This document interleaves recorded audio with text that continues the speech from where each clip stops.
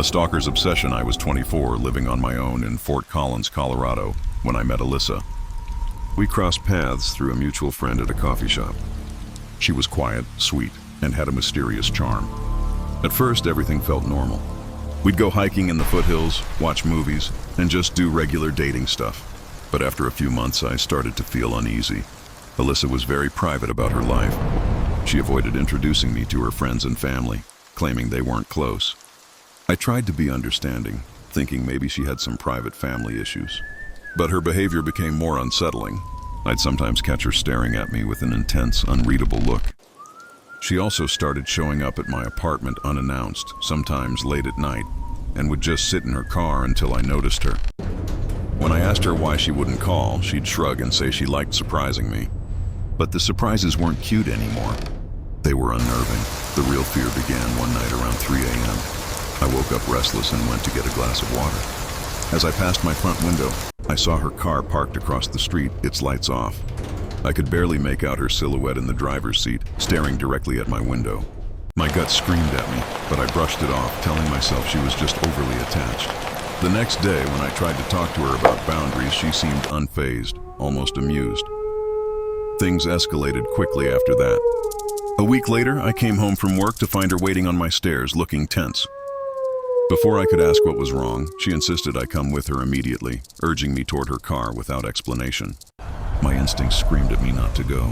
When I stood my ground and refused to get in, her nervous expression shifted to quiet anger. She turned, got into her car, and sped away without a word. Shaken, I went inside and locked my door. I knew then that I needed to end things with her. But 2 days later, I got a text from an unknown number. "Stay away from Alyssa. She's not who you think she is." My heart pounded. I tried calling Alyssa, but her phone went straight to voicemail. That night, anxiety kept me awake. Around 2 a.m., I heard footsteps outside my door. Someone gently tried the doorknob. When they realized it was locked, they quietly left. I crept to the window and saw Alyssa slipping into a car down the block where 2 other people were waiting. A wave of cold dread washed over me. The next morning, I was desperate for answers. I started digging into Alyssa's social media and eventually found a disturbing news article from Nebraska, dated 2 years earlier. Her real name was Leah, and the article described her arrest as part of a kidnapping ring that lured young adults into cars. Her picture was in the article, and I immediately recognized her. She had been released due to a lack of evidence, and her group had since relocated to Colorado. My blood ran cold as I realized how close I'd come to being their next victim. I immediately called the Fort Collins police. They took a report and advised me to be cautious. For the next few days, I barely slept, constantly watching my window. Just as my anxiety began to ease, another message arrived from a different unknown number. "You shouldn't have told the police." Big mistake. I packed a bag and drove to a friend's place in Loveland. Even there, I couldn't shake the feeling of being watched. I never heard from her directly again. But months later, I saw a local news story about the arrest of 3 people in a kidnapping attempt. Leah's name and picture were there again, along with 2 men I didn't know. They had tried to abduct a college student not far from my old apartment. The most chilling detail was in the police report. They had found my name on a list of targets on their phones. I moved out of Colorado soon after, needing a fresh start. But even now, a year later, in a small town in Idaho, I still double-check my locks and glance over my shoulder. The memory of how close I came to disappearing has never faded. The dangerous job offer. This story happened to my mom when she was 19. She was working a part-time job at a small PCO and STD call office during her college break. The office had a glass front and was connected to her boss's main real estate business. She often worked alone, and her shift ended around 5 or 6 p.m. One day, a man in his late 50s with a white beard and a navy blue shirt walked in to use the PCO. After his call, he approached her desk and started making small talk. He complimented her and said she was too educated to be working in such a small office. He then claimed he had connections at a popular bank nearby and could get her a job there. He gave her his name and told her to bring her resume to his home to discuss it further. My mom felt a bit uneasy about going to his house, but he mentioned his sick father and a servant who took care of them, making it seem harmless. He said his house was just across the street in a new, wealthy building. Trusting him, she agreed to meet him after her shift. He told her not to tell anyone at the office, which seemed reasonable at the time because she didn't want her boss to think she was quitting. That evening, my mom walked to the building. She saw the man standing outside, but he looked different. His hair and beard were dyed black and he wore a t-shirt. She was confused, but he waved at her. He introduced her to a middle-aged woman with 2 kids, and they seemed friendly. My mom assumed the woman was his wife. They all got in the elevator, and the man pressed the button for the 9th floor. When the elevator stopped on the 4th or 5th floor, the woman and kids got out. My mom started to follow them, but the woman chuckled and told her it wasn't their floor. My mom quickly realized the woman wasn't his wife and got back in. When they reached the 9th floor, 2 or 3 kids were playing in the corridor. The man led my mom into his flat. The living room was clean, but she noticed a packet of hair dye and a brush on the table, as if he had just used it. He asked her if he could close the door, but she respectfully asked him to keep it open, and he agreed. He offered to show her the house. All the lights were off except for the living room. As he opened a bedroom door, my mom peered inside and saw a dark room with a bed and a camera stand. She felt a surge of fear. She also didn't see the father or servant he mentioned. When she asked about his father, he said he had gone to the doctor. This raised more red flags. She insisted on going back to the living room to talk about the job. He brought her a chair and offered her a cold drink from a teapot. He insisted she drink it, but she just held the glass, pretending she would drink it later. He then started talking about his job in Dubai and suddenly grabbed her hand to demonstrate how they would punish a thief. That unnecessary touch confirmed her fears. She was in danger. She began to pray for a way out. At that moment, the doors of the 2 other flats in the corridor opened. 2 women, likely the mothers of the kids playing outside, came out and started chatting. This distraction gave my mom a chance to escape. She quickly stepped out of the flat, saying she was getting late and needed to go home. She didn't wait for the elevator and ran down the stairs. The man tried to stop her, but she told him she would meet him the next day, a complete lie. The next day, she was afraid to go to work. Surprisingly, her boss, who normally stayed in his office, came out and asked if she had met the man from yesterday. She admitted she had, and he warned her to stay away from him, saying he was a dangerous person. My mom still doesn't know how he knew. Did you hear that? A few years later, my mom saw a news story about an older man arrested in another city for drugging and sexually assaulting a girl. He had a history of similar crimes, including filming his victims to blackmail them. It was the same man. She realized all his victims were her age, early 20s. She never told anyone until she married my dad and only shared it with me last year. She feels incredibly lucky that those women appeared that day, saving her from a terrifying fate. The haunted house. This is a story that happened to my sister Jessica and me 20 years ago. I'm sharing it now in her memory. My parents divorced, and a couple of years later, I decided to move in with my dad and Jessica in rural southern Maine. My dad owned a large house surrounded by thick forest. The house itself was beautiful, but it had a dark history with my stepmother, who had tormented us with both psychological and physical abuse. When my dad finally divorced her, Jessica moved in right away, and I joined them after high school. The house was still unsettling even without our stepmother. My bedroom was on the 2nd floor next to Jessica's, and her room was the only access to the attic, an unfinished space we rarely used. Soon after I moved in, we started hearing noises from the attic at night. Small, scurrying footsteps. My dad brushed it off as rats or squirrels, but as the weeks passed, the activity got worse. Doors began to open on their own throughout the house. I'd be downstairs and hear a slow creak, only to go upstairs and find a door swinging open with no explanation. One night, a memory forever seared into my brain. Jessica went to bed, but I stayed up watching TV. About 10 minutes later, I heard slow footsteps coming down the main staircase. I thought it was Jessica, but then I heard the basement door creak open. Confused, I went to the top of the stairs, flipped the light switch, and called out. There was no one there. Unnerved, I quickly closed and latched the door before heading to my room. My bedroom door was a bit tricky and required a firm push to close completely. I made sure it was shut tight before getting into bed, leaving the window slightly open for fresh air. Just after 1 a.m., I was startled awake by loud, fast footsteps on the stairs. I listened as they ran down the hall toward Jessica's room. Her door creaked open, then slammed shut. My heart raced as the footsteps rushed back toward my door and then slammed against it violently. Terrified, I jumped out of bed, frozen in fear. The footsteps then retreated, hurrying back to Jessica's room. I heard the attic door open forcefully, followed by hurried steps running up into the attic. Then, a loud thud echoed from the porch roof outside. Shaking, I ran to my window and slammed it shut, peering out, but I saw nothing.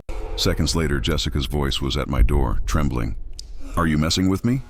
she asked. "No, are you messing with me?" I replied, relieved to see her, but equally shaken. She had been woken by the banging on my door and then heard her bedroom door and the attic door open and close, followed by the running footsteps. We were both too terrified to sleep and stayed on my bed until sunrise. The next day, we told my dad, but he again dismissed it as animals. Determined to stop the activity, we installed a lock on the attic door and began locking our bedroom doors every night. I never opened my window again. After that night, the activity gradually faded. We'd still hear faint noises, but nothing as violent. The sense of unease, however, never went away. A year later, my dad decided to sell the house, and Jessica and I were thrilled. The new house was smaller and closer to town, and from the very first night it was quiet and peaceful. Years later, I talked to an old neighbor who lived near the house for decades. She hesitated at first, but then revealed the land had once belonged to a troubled old woman who was known to be unstable and prone to violent outbursts. The woman had died mysteriously in the old cottage that was once on the property, and locals had always whispered that her ghost lingered there. Even now, I get chills thinking about that night. It's a memory my sister and I rarely spoke about, preferring to leave it buried in the past. The babysitter and the intruder I started babysitting for the Morales family in Denver, Colorado, in February 2020. I was a part-time administrator for a logistics company in Lakewood. My boss, Mark, was really understanding about my flexible hours, so I decided to take on some extra work to help pay off my student loans. That's how I met Jonathan Morales, a single father whose wife had passed away a year earlier. He needed a reliable babysitter for his 4-year-old daughter, Bella. Bella was a bright, talkative little girl who loved coloring and her stuffed animals. She had a huge vocabulary for her age and was always asking questions. On March 4th, Jonathan had to work late, so he rushed out the door around 6 p.m. I spent the evening with Bella, coloring, playing, and watching a kids' show.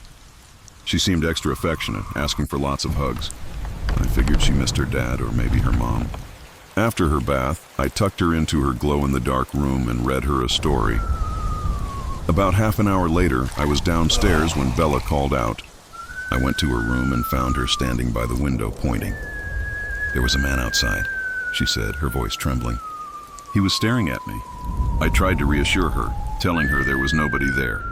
The backyard was dimly lit by a motion-activated light, and I couldn't see a soul. I thought she might have seen a shadow or been spooked by a stray animal. Still, she was terrified, so I closed the curtains all the way and told her to go back to sleep. I went back downstairs, a little uneasy, and double-checked the front and back doors to make sure they were locked. Just 15 minutes later, I heard Bella crying upstairs. This wasn't a normal fuss. It was an urgent, frightened cry. My heart pounded as I ran up the stairs. "He's back," she sobbed. "He's looking at me." Though the curtains were drawn, I could see a sliver of the dark outside. I tried to stay calm for Bella, but my hands were trembling. I hugged her and told her everything would be okay. Then, in a sudden burst of worry, I decided to check the outside of the house. I grabbed a kitchen knife, probably an overreaction, and stepped out into the cold night. The yard was silent. The motion sensor light came on, but I saw nothing. I walked around the house, checking all the windows, but still found no one. As I came back in and locked the door, I heard a loud rattle on the front door. Someone was trying to get in. My heart hammered against my chest. I rushed to the living room and peered through the peephole. I could make out a tall man with matted hair and wide, frantic eyes. He started banging on the door, and I could almost hear Bella's shaky breathing upstairs. I yelled through the door that I was calling the police. The banging stopped, but then he tried the handle again with more force.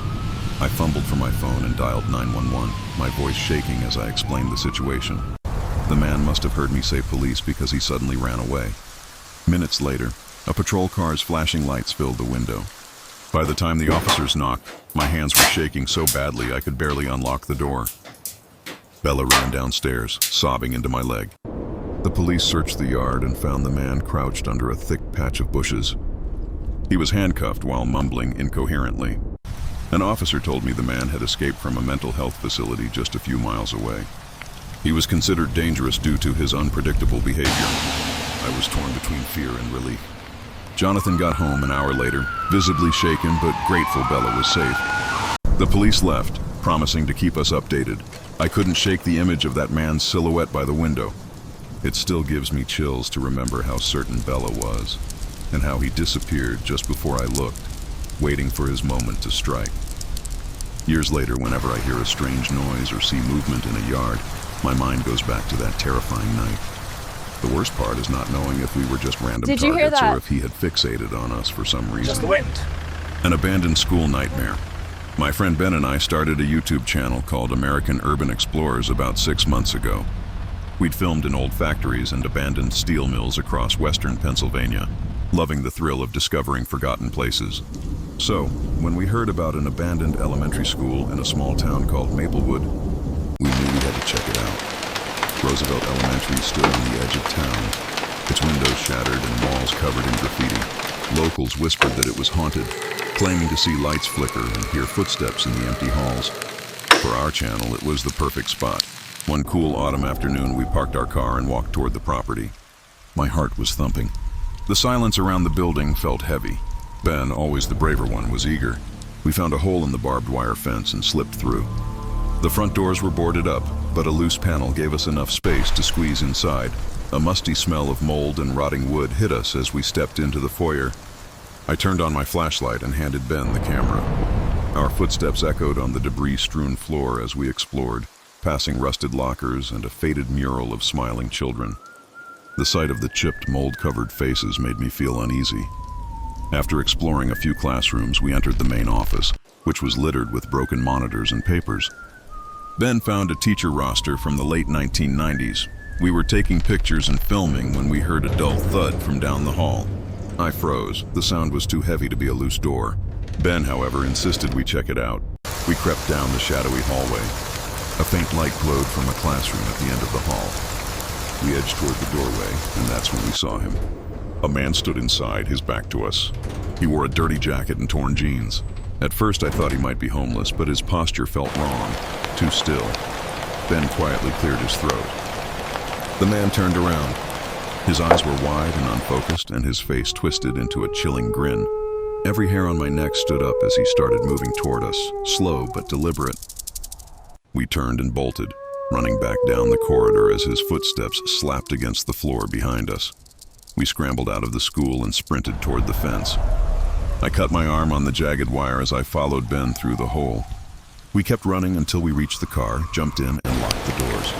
My hands were shaking so badly I could barely grip the steering wheel. I refused to look back. For days we couldn't sleep. The video footage only showed blurry glimpses of the man. We eventually uploaded a shorter, more edited version, titling it Abandoned School Nightmare in Pennsylvania. It became one of our most watched videos.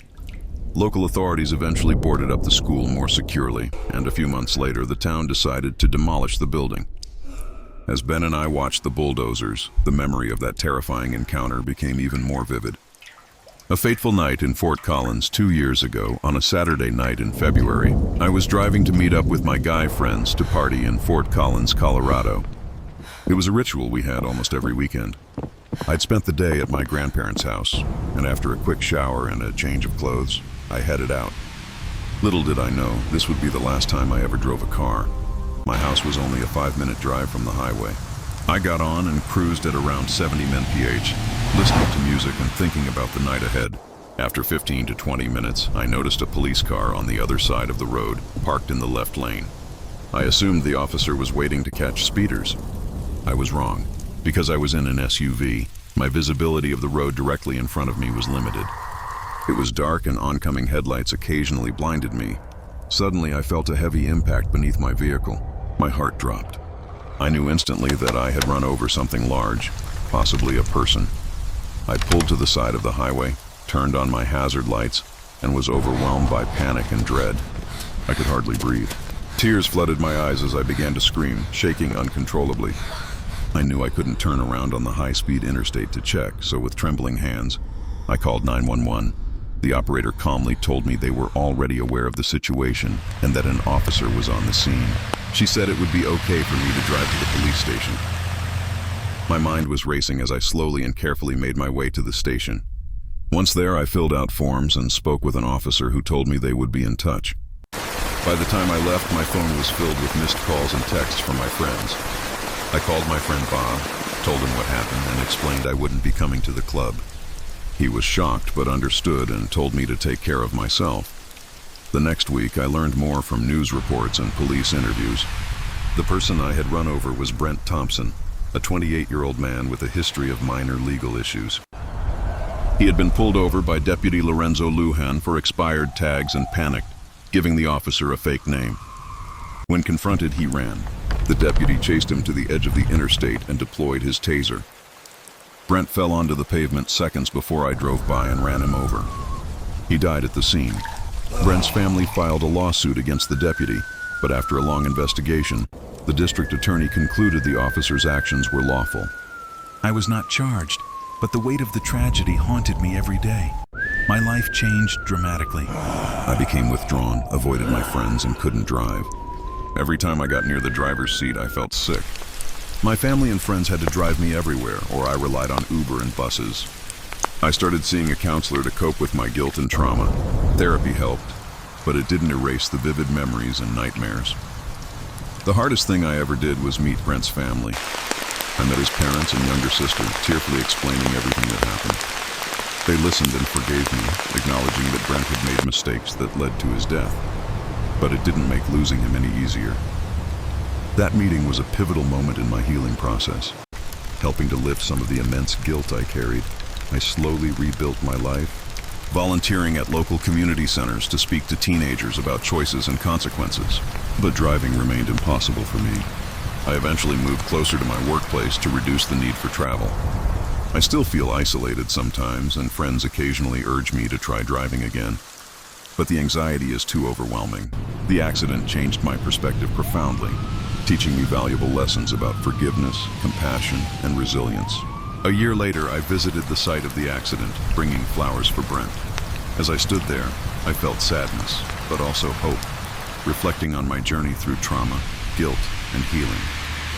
I never forgot Brent Thompson. He became a constant reminder of how fragile life is and how quickly everything can change. The haunting of Mount Greylock. This happened to me in 2016 when I was in 7th grade in New York City. I had a math teacher named Miss Andre.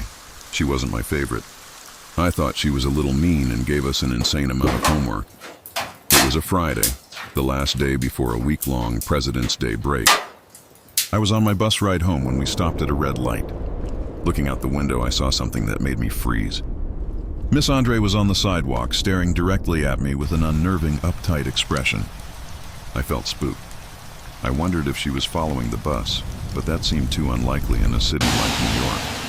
The light turned green, and we drove away. I tried to forget about it. The next evening, my family and cousins went to a Muse concert in New Jersey. At one point, Miss Andre appeared again. This time, she was on the stage looking straight at me with the same facial expression. This had to be a hallucination. There was no way she'd be on stage without being noticed by the crowd or security. I felt less scared now that I'd convinced myself it wasn't real. I ignored it and kept enjoying the music. She disappeared again. Did you hear Miss that? Andre didn't show up again until the following Friday. Just wait. My family and I were hiking at Mount Greylock. About 40 minutes into the hike, she appeared once again. By now, I wasn't scared. I was just annoyed. I didn't know how to get rid of the hallucination. A thought flew into my brain. I decided to run to where she was standing. As soon as I got to the spot, she vanished like she was never there. My family looked at me like I was crazy. When my mom asked if I was okay, I made up an excuse that I just needed to get some energy out. We continued the hike and camped out that night. The next night, we stayed in an Airbnb. I got my own room and fell asleep around 11 p.m. I had a nightmare that Miss Andre had ordered my entire math class to kill me. I was pleading with them when a classmate pulled out a pair of scissors and began to stab me in the heart. I screamed no and woke up in a cold sweat. To my horror, Miss Andre was right there, an inch from my face. She was laughing and screaming like a hyena, her face twisted in a look of pure rage. I started screaming and crying for my parents as loud as I could. They came rushing into the room and I couldn't hide it anymore. I told them everything. The bus, the concert, the mountain, and what had just happened. They looked scared and concerned. My father asked why I didn't tell them sooner, and I said I was too embarrassed. My mother told me I could sleep in their room for the rest of the night. On the drive home, I had a long talk with my parents. I told them I was scared the hallucinations would continue if I stayed at that school and I wanted to transfer. They were hesitant at first, but agreed on one condition. I had to see a psychologist every week. I agreed immediately. At my new school, my old friends would ask me why I left. I told them my parents wanted me to go to a more well-known school, and they believed it. The real reason stayed between me, my family, and my psychologist. My psychologist helped me a lot. We talked through all my problems, including the hallucinations. She prescribed me some medication, and it worked. I never saw Miss Andre again. I still wonder what caused that hallucination, but I'm just grateful they stopped. The secret in the mansion. A few years ago, I worked in private security in Buffalo, New York. Last October, I was assigned to patrol an old, half-burnt mansion on the outskirts of town. A fire had gutted the place years ago, and a couple of people had supposedly died inside. The building was a charred husk with broken windows and a warped roof. Local kids had spread rumors about it being haunted, but I didn't believe in ghosts. My job was to patrol the grounds and make sure no one got in. The first few shifts were uneventful, but about a week in, around 2 a.m., I heard a sharp, distant cry that lasted about 3 seconds before cutting off. It sounded human and it made my skin crawl. My agency had told us to never go inside the building, so I stayed outside, feeling uneasy until sunrise. I tried to convince myself it was a stray cat or just the wind. Over the next few days, I couldn't get the scream out of my head. I found myself walking closer to the mansion, listening more carefully. Then, one Wednesday around 1:30 a.m., I saw something that stopped me cold. A faint light flickered behind the soot-stained glass on the top floor. It shouldn't have been possible. There was no electricity in the building. A figure, just a silhouette, appeared in the window, swaying before stepping away. My stomach lurched. The place was supposed to be empty. This time, my curiosity overpowered my caution. I radioed dispatch to let them know I was investigating. I pushed the front door open and the smell of ash and damp wood filled the air. My flashlight beam danced over scorched walls and sagging floorboards. Every step echoed. As I moved through a couple of charred rooms, I heard a soft rustling behind me. I spun around, my flashlight trembling, but saw nothing. Just a tattered curtain swaying in a draft. I kept walking deeper into the house, but I felt an unmistakable presence behind me. I spun around again, and there he was, a man in a grimy white hospital gown, standing in the gloom. I couldn't make out his face, but I could see the whites of his eyes. Instinct took over. I bolted, crashing through the hallway as I ran back the way I came. I barreled out the front door, nearly falling off the porch, and called the police. The cops arrived looking skeptical, but they humored me. We waited for daylight to do a thorough search. An older detective, Callahan, was with us.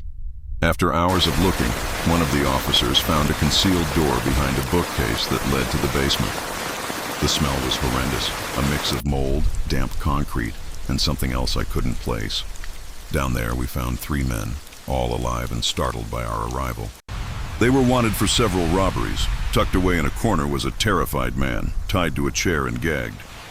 It hit me then. The scream I'd heard was likely his.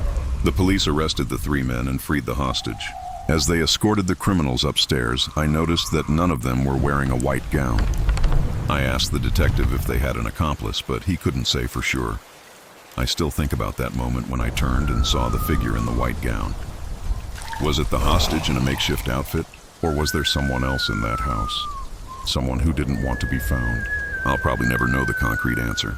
But whenever I drive by the mansion now, I remember those eyes watching me in the darkness and wonder if the true story of what happened goes way deeper than we'll ever know. The sinister campsite. This happened to me and my friend Anna when I was 18. We were on a road trip through Sweden with my parents, planning to visit a theme park and camp out for the night. Since we hadn't booked a campsite, my dad called around, but they were all full due to a big soccer tournament. Our only option was to find a spot in nature. We set our GPS for a parking lot in a nature reserve. A woman who was hiking told us it was a good place to sleep and that there were no parking attendants. We chose a small, lonely gravel lot surrounded by forest, about a 10-minute walk from a beach. I felt a strange urge to camp in the parking lot instead of the beach, which felt better at the time. As we were setting up our tents, I noticed a car parked farther away. It looked to be in bad condition, and no one was in it. I thought it was strange since it was already evening. I helped my parents set up their tent, and Anna and I made our own cozy. We were watching YouTube and eating snacks until around 12 a.m. when my parents had already fallen asleep. We were scrolling on our phones when we suddenly heard a metal sound. In the parking lot, a shovel being thrown onto the gravel. Anna and I were terrified. We stayed silent and listened. The sound came from the direction of the abandoned car. We heard a car trunk slam shut, and then the car sped off quickly. I texted a friend from a nearby city about where we were staying, and he told me the beach was a dangerous place where organized criminals often conducted illegal activities. I felt a cold dread as I read his message.